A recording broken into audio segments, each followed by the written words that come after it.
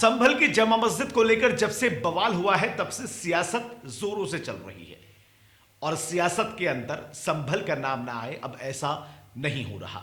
लगातार किसी न किसी मुद्दे को लेकर संभल और संभल की जमा मस्जिद का नाम सियासत में देखने सुनने को मिल रहा है। अब असदुद्दीन ओवैसी ने एक नया और बड़ा खुलासा या फिर दावा उनके हिसाब से कर दिया है। दरअसल जमा मस्जिद के सामने बन रही पुलिस चौकी को लेकर असदुद्दीन ओवैसी ने जो दावा किया है उसको सुनकर विपक्षी यानी जो असदुद्दीन ओवैसी के साथ में है यानी कि इंडिया गठबंधन और सत्ता पक्ष यानी कि योगी मोदी, वो भी हैरान रह गए कि आखिर ये किस तरह का दावा किया गया है। नमस्कार, मेरा नाम अफी हिंदुस्तानी है और आप नाउ नोएडा देख रहे हैं। दरअसल जब संभल की जमा मस्जिद के सामने चौकी बनाने का फैसला किया गया, चौकी अब बनाई जा रही है और चौकी बनाने को लेकर बवाल जब शुरू हुआ, जब यह चौकी खबरों में आ गई। खबरों में आने के बाद सबसे पहले समाजवादी पार्टी की इकरा हसन ने इस चौकी को लेकर सवाल खड़े किए और उन्होंने कहा कि यह चौकी जिस तरह से बनाई जा रही है वो गलत तरीके से बनाई जा रही है।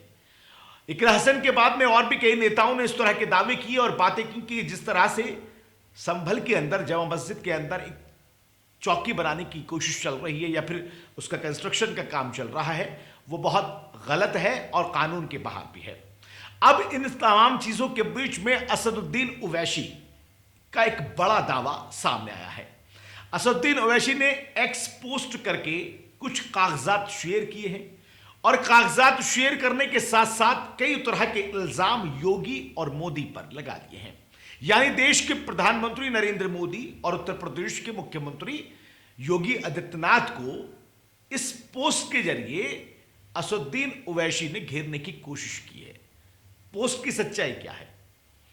क्या वक्फ बोर्ड की जमीन पर चौकी बनाई जा रही है?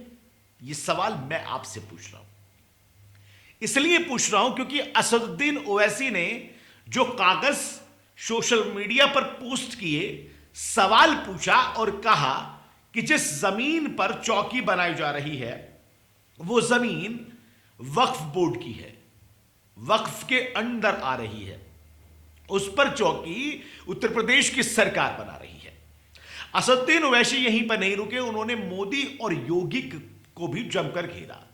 असदुद्दीन ओवैसी ने कहा कि संभल के अंदर जो कुछ हो रहा है उसका जिम्मेदार उत्तर प्रदेश के मुख्यमंत्री योगी आदित्यनाथ और देश के प्रधानमंत्री नरेंद्र मोदी दोनों हैं। संभल के अंदर चीजों को अलग तरीके से पेश किया जा रहा है, कानून को ताक पर रख दिया गया है और किसी भी तरह की कोई भी सुनवाई अब संभल में नहीं की जा रही है। सिर्फ और सिर्फ लोगों को परेशान करने की कोशिश की जा रही है।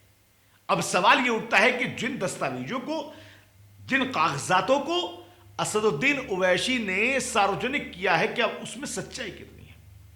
क्या वाकई ऐसा है कि उनमें कोई सच्चाई है कि वक्फ बोर्ड की जमीन पर चौकी जो है बनाई जा रही है? कागजात तो यही कह रहे हैं जो असदुद्दीन ओवैसी ने दिए हैं, लेकिन अभी तक कोई भी ऐसी प्रतिक्रिया नहीं आई है, ना ही वक्फ बोर्ड की तरफ से आई है, ना ही सत्ता पक्ष की तरफ से आई है। लेकिन अभी संभल जमा मस्जिद के सामने चौकी को लेकर जो बवाल चल रहा है वो रुकने का नाम नहीं ले रहा है। पहले इकरा हसन, अब असदुद्दीन ओवैसी और भी कई नेता इस मामले में अब कूद चुके हैं। सियासत पूरी तरीके से चल रही है और उत्तर प्रदेश के अंदर संभल नाम ना आए, सियासत में इस वक्त पे ऐसा नहीं हो रहा। समाजवादी का डेलीगेशन कल वहां पर गया था।